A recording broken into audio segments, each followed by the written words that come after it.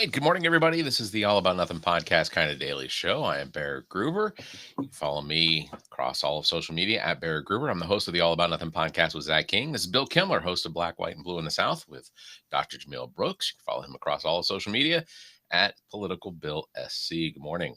How are you? Good morning, Barrett.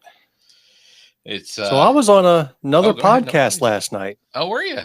Yeah. So Jamil and I did a crossover with the Claremont show. Or is it the Claremont show? It's two people. It's a guy named Lamont, who is a black man, and a lady named Claire, who's a white woman. They're like the mirror opposites of Jamil and myself. Okay. Yeah, sure. And they do a fairly popular YouTube political show. And they stumbled across our TikToks and then invited us a couple months back to appear on their show. So we did last night, and it was a lot of fun. Where are they out of? They are based in North Carolina. Okay. Right. So Claire was in Charlotte, and then Lamont's near Greensboro.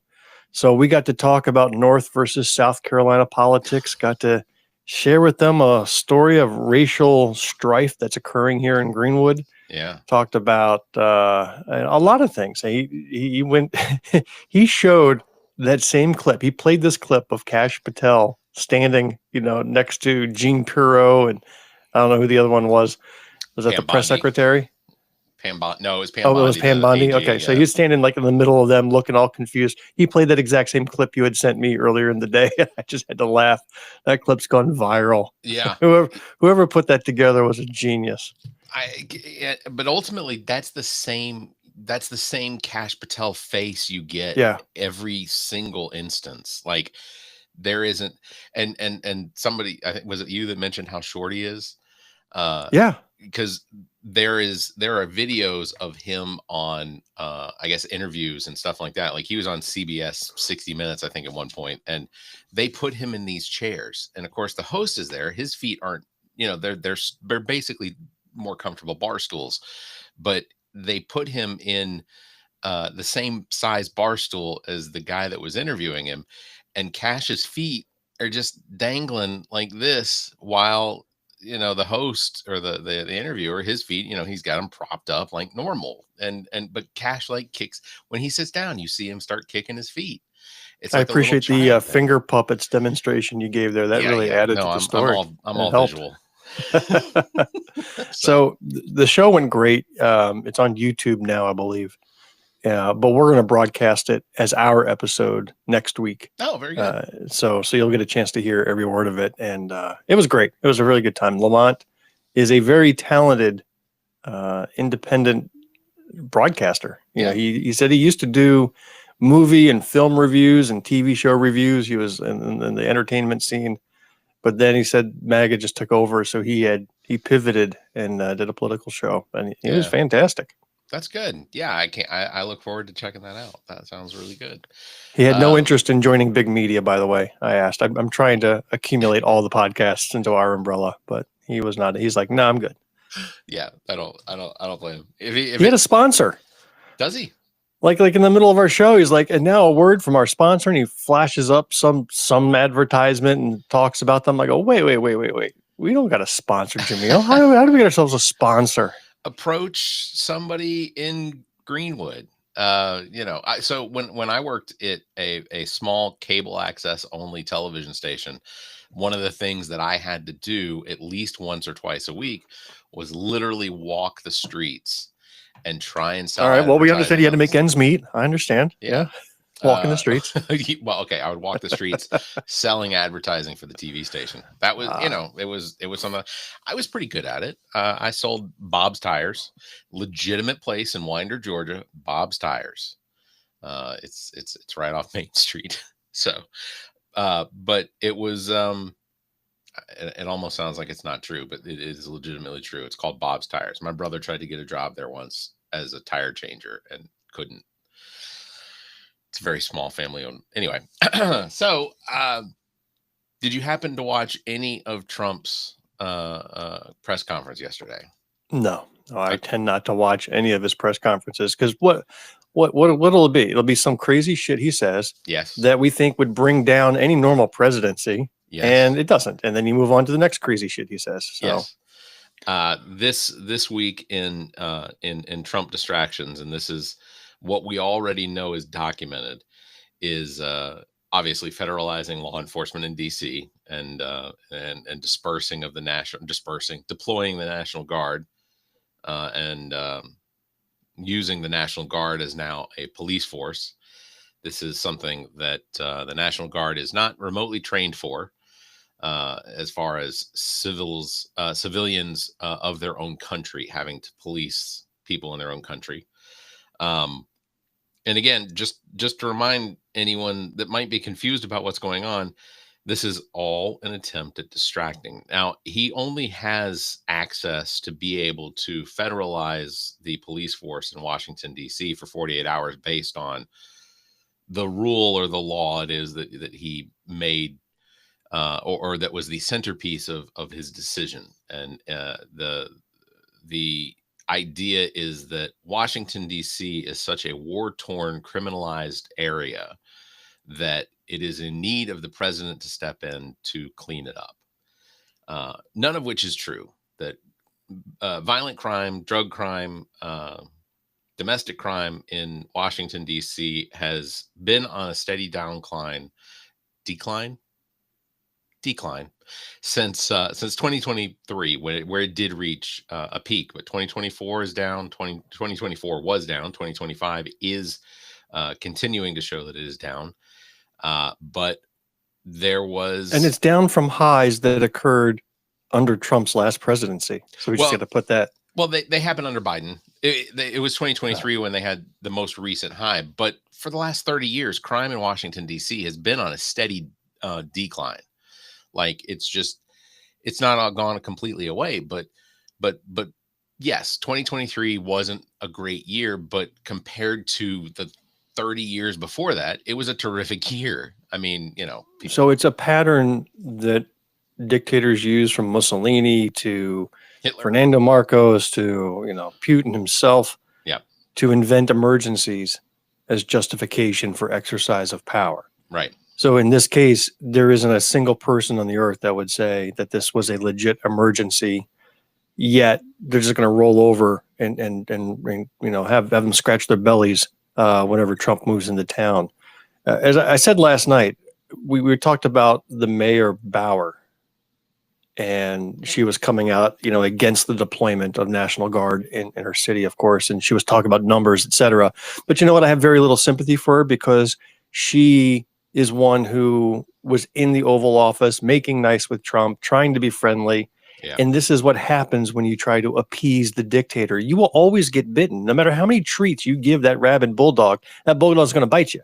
Yeah. And this is what happened here. And time again, we've seen leaders attempt to make overtures, and whether they're business leaders, whether they're community leaders or lawmakers, they've attempted to kowtow to him, only to find that their ass got bitten eventually. And she's just the latest victim of it. And so until, I'm talking like to the universities and companies that cave into Trump's demands, you're going to get bit as well. So don't cave in. The only way to decrease his power is not to give him that damn power. He is an elected servant to the United States, but we're treating him as if he was an appointed by God prophet. Yeah. And forget that. That's just absolute bullshit, and we shouldn't buy into it. We are to I guess continue that in part.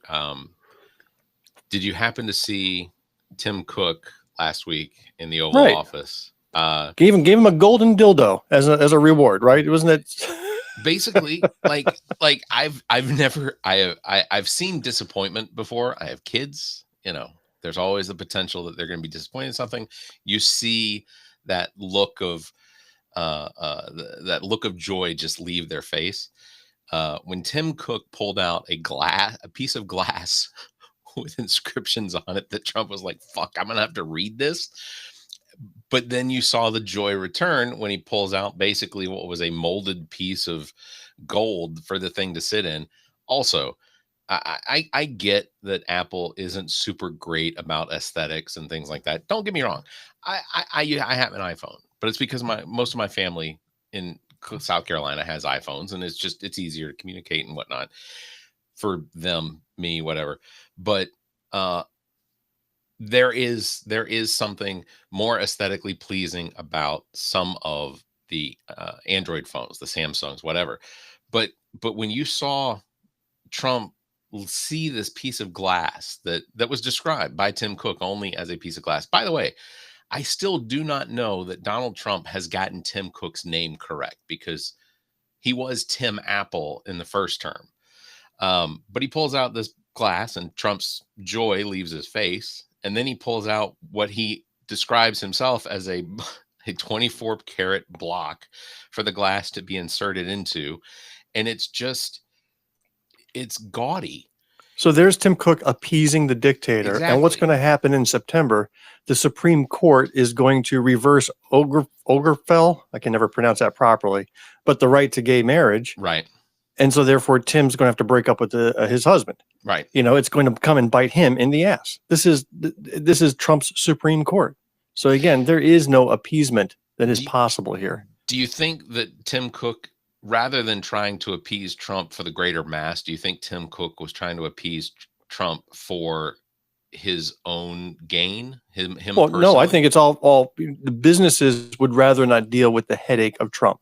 So Trump has turned the government into an invasive entity, invading colleges and higher education, invading states and cities, invading businesses, telling them what they can and can't do with their hiring policies, invading all over the place. And the companies are like, well, shit, if I just throw $1 million at his inauguration ceremony, maybe he'll leave me alone.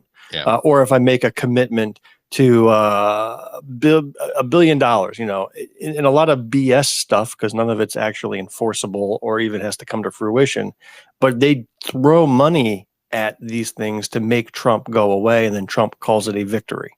Yeah. So I'll tell you what, there's going to be 1 million presidential candidates running around for the Democratic nomination next year. There's going to be one for every household. Everybody's going to be wanting to run for president.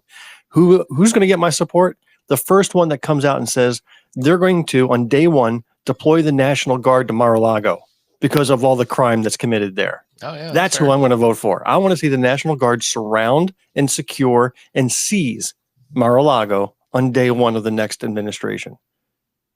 I think that's a fair request. Now it's allowed. You can invent an emergency and deploy military troops. That is the precedent that the Republican voters say, yep, we're good with that. So, okay, let's use it. Let's do it. I want to move on to Trump and Putin's meeting over Ukraine, but not specifically the Trump Putin part. The fact that what other point in history can you think of where we had two countries that were, one country's basically trying to negotiate with the other country, like we are with Russia, to stop attacking Ukraine without remotely involving Ukraine? Like, can you think of any other situation that sort of aligns itself to being similar than with the scenario that we have now, where basically we have Donald Trump, who is a wannabe dictator, we have Putin, who is a ruthless dictator, and Ukraine, which is a sovereign, democratic, sovereign nation, and the United States and Russia are basically negotiating over the stopping of bombing of a different country. It's not like we're at war with Russia, not yet. Yeah, it's happened before. It was called the years right before World War II. Okay. When Hitler had invaded and taken over some neighboring countries. Okay. Then you had England and some others negotiate with Hitler. Says, okay, if you just stop there with those countries, they didn't invite those countries to the table. They basically just dealt with the invading country, the invading dictator, and said, listen, if you promise not to invade anymore, we'll let you have that. Can we do that? And so they negotiated a peace based upon an invasion without inviting the invading country, and basically got wiped off the map. So yeah, there's precedent. So do we think that that's what's happening here? That we're heading towards a World War III because we have a country, the U.S., negotiating with an invader, Russia, and not inviting the invadee? Yeah, maybe. That really is disappointing to hear. Sorry. Sucks when you study history. Yeah. Yeah, they say that, if you don't study history, you're doomed to repeat it. I say that for those who study history, you're doomed to watch people repeat it because there's nothing you can do about it. Yeah. Donald Trump also yesterday threatened to didn't it wasn't so much a threat. It was basically a um I don't want to give it too much credence because I think that most people are probably going to react negatively to Washington D.C. being federalized with the law enforcement and the National I Guard. don't think so. You don't think so? I'm not really seeing the outrage. Oh. Where are you seeing the outrage? Well, Where are it's you not that seeing I have. protests anywhere? It hasn't You know, it people were not upset. It's basically they got away with it in LA, yeah, and now they're yeah. getting away with it in Washington, D.C. You know, we are numb.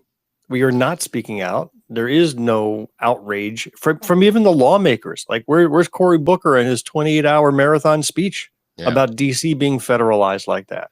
There's no outrage. Well, yeah, but Cory Booker's got to plan those things. That's he did have nearly a week. Yeah. We knew this was coming. But I guess because it's officially supposed to start yesterday afternoon, and there is video footage of National Guard's troops basically walking around places like the Union Station or the train station in DC.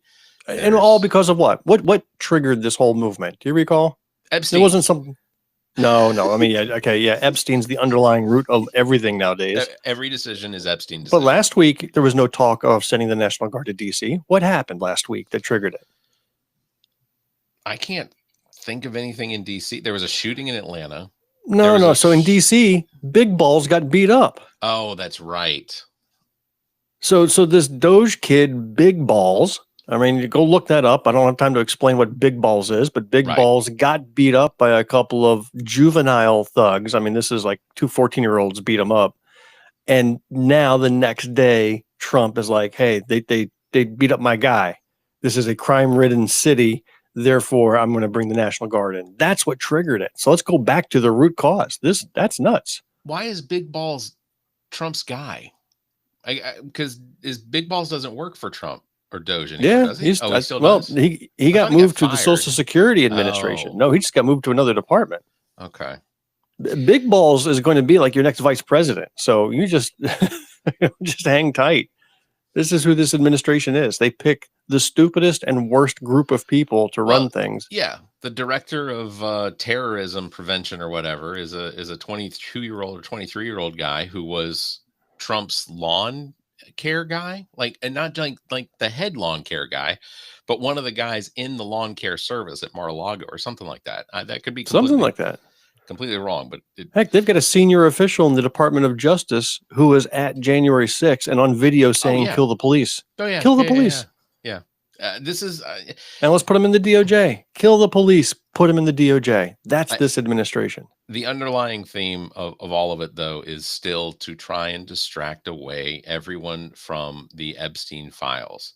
Who? There was what? Yeah, I've already forgotten what that is. There was a video of Charlie Kirk, Steve Bannon, and somebody else on stage at some Newsmax or OAN function. I guess Newsmax and OAN invite studio audiences in for the news reporting or whatever news it is that they're reporting.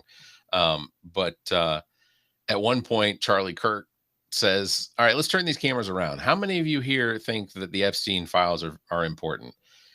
Everyone that was in attendance starts throwing their hands up. And I don't know if that's just because one person threw their hands up or if it was because they all legitimately think that the Epstein thing is very important to them. But they pan back to Charlie Kirk and Steve Bannon and they're like, shit, that was not, it's almost the same as at the CPAC this year where you have, is it Laura Ingraham or who was the woman? It was one of the women that Donald Trump said she's bleeding from her eyes. Megyn Kelly. Megyn Kelly. Now, which crazy to me. I would bleeding from her whatever, not bleeding from her eyes, bleeding from her whatever. But you would think that Megyn Kelly, who I get it, she was on Fox News, so she can't really claim to be, there are legitimate news reporters on Fox News because I worked with some when I worked in news and TV in Atlanta. So there are some that exist. The ones that are the talking heads, the Megyn Kellys, were not really news reporters. They were editorializers. They were opinionators. And so what they did on Fox News or even on CNN, MSNBC, I don't consider the anchors necessarily, except maybe Chris Hayes or Rachel Maddow, but they don't really report the news. They just give their opinion about the news. And Megyn Kelly, who had Donald Trump say that she was bleeding from her whatever to describe her personality because she was asking him hard questions, has completely flipped around after she got fired by NBC's the Today Show, the Today Show with Megyn Kelly or whatever. Like it's a weird situation to see, like, the Ted Cruzes of the world that ultimately Marco Rubio, Donald Trump beats them. Forget the leaders, because they're all jockeying to stay in position. True. Let's talk about the voters. I watched a panel, a focus group. So, when you grab people off the street, you bring them into a room, you ask them questions, you pay them for their time as you're trying to refine messaging or find the pulse of the American. So there was a focus group I watched where the leader said to the group, says, "Hey, we've got some uncovered Trump audio that we haven't released yet. It's not made it out into the world, but we want you to hear it. We want to hear your reaction so we know how to get ahead of it." So they had a Trump impersonator, right, make outlandish audio about Trump saying the most vile thing about sexualizing children. I mean, talking about going off the deep end. Take every one of your worst Epstein list fears and just make a voice artist say it, right? Okay, sure. But the thing is, you needed to watch how these focus group participants, these Trump supporters, twisted themselves into freaking pretzels to defend or explain away the vile things that they had heard. There is nothing Trump could be seen doing on video, whatever. There's nothing that he could do that they wouldn't find a way to excuse. And if we as Democrats had just 10% of that loyalty to our candidates, we'd be unstoppable. Yeah. Just 10% of that loyalty. I mean, there are. So I'm a little cranky this morning, man. This is no, legitimately, it's extremely disappointing. Look, I want to also just real quickly talk about RJ May, but no, you're completely yes. I was hoping you'd dive into that subject. You're completely correct that it doesn't matter how bad. I've seen interviews on the streets where a Trump supporter will be asked if Joe Biden had said that in 10 years he'd be dating a 12-year-old, would you find that to be disgusting? Is that something that you would detest? And obviously the guy goes, yeah, absolutely. Joe Biden talking about dating a 12-year-old 10 years later when she's 22, thinking about that woman as an adult, that's awful. And he goes, okay, let me play you audio. And it's Donald Trump talking to a reporter about the fact that in 10 years, he's going to be dating this 12-year-old. So in Donald Trump's mind, he's already in his mind sexualizing a 12-year-old. And then when he asks the gentleman who the gentleman just said, that's disgusting. A man that age shouldn't be thinking about a young girl like that. As soon as he said it, Donald Trump couldn't have said it. That had to be made up audio. Or Donald Trump there's video to go with it. I mean, but they twist themselves into such a pretzel, like you said, in order to legitimize or downplay whatever it is. Donald Trump is an adjudicated rapist. This is a fact. He was found guilty in a civil court. Why do we say that, by the way? Adjudicated? Yeah. Why can't we just say he's a fucking rapist? Yeah. Why can't we just say he's a rapist? Why do we have to say adjudicated? Like, well, maybe he's not really, but some judge said he was. I mean, we are couching it. We are diminishing it. Right. The guy's a rapist. Done. Yeah. I'm not even going to say that other word. Yeah. And as well, he still has not paid Jean Carroll of the money that she is due in that court case. Mm-hmm. And then he still has not paid her the money that she is due from the defamation that. Speaking of defamation, let's talk about RJ May. See, I'm learning from the Gruber School of Segues. That was I don't know if that one was a Gruber one. Yeah. So RJ May has officially resigned his position out of. How does it feel now that you are without representation in the state house? That was your representative who was arrested for child pornography and has finally resigned his seat. It You must feel sad that you're without power, without any voice in government. Considering I watched about 7 hours of video where RJ May sat there and played on a phone that I don't understand how he had access to a phone. But considering I watched him on panel sit there playing with a phone during almost the entire 2025 session, I feel like I'm represented exactly the same. And ultimately, RJ May being out of office versus in office, I still feel like I'm represented exactly the same way. He wasn't there representing me. He was there representing himself.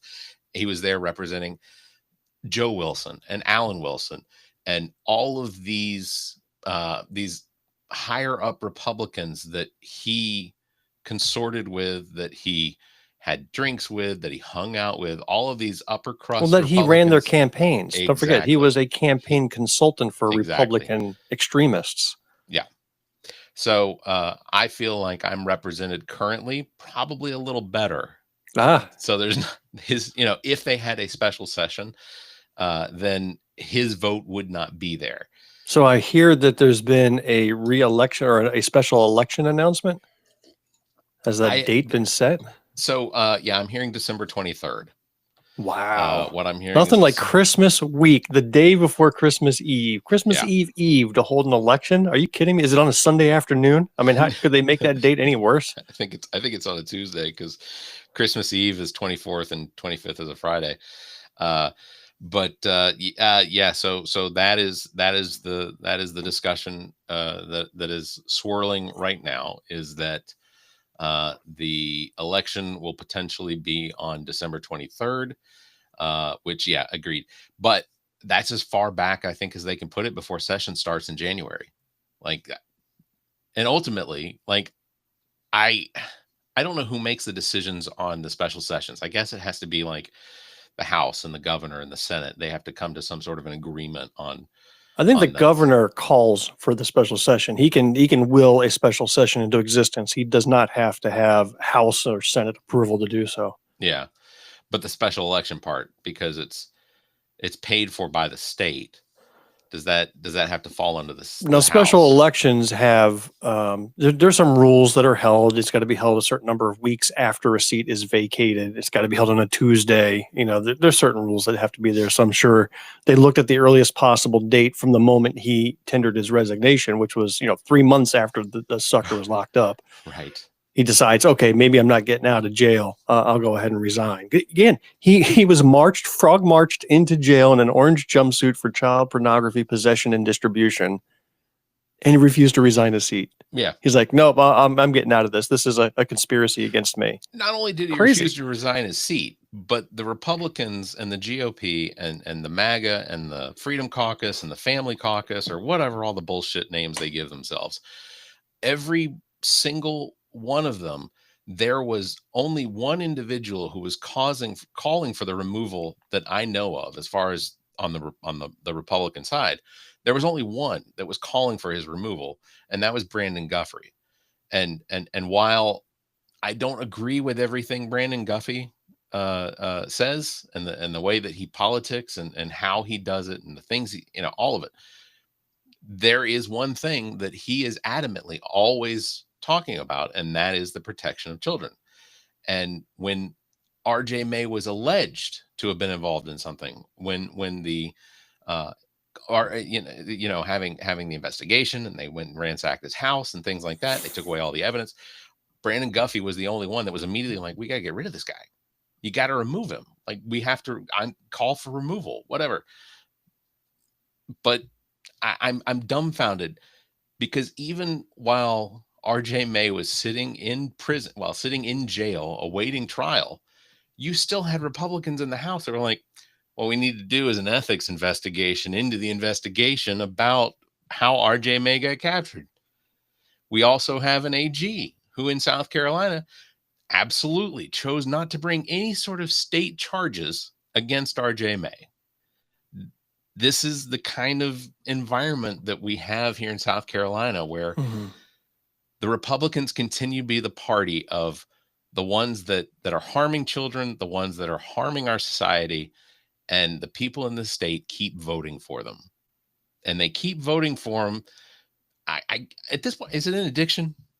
Can we get an intervention for like 3/4 of the state? I don't know. But yeah, I will just say this, that there has not been a decision on my part, that I do have a meeting this Friday with some people from the Democratic Party on potentially running for the seat. We'll pick up this conversation on Thursday. Yeah. I'm going to talk to you, if that's okay. I'll talk to you in more detail about this. Yeah. So that is going to wrap it up for today. Thank you, Bill. Thank you, everybody, for listening, tuning in. Don't forget, you can follow me at Barrett Gruber and Bill at politicalbillsc. You can catch us live every Tuesday and Thursday, 5:30 a.m. Eastern. Until next time, everybody, you all stay safe, be kind, and keep your hands to yourself.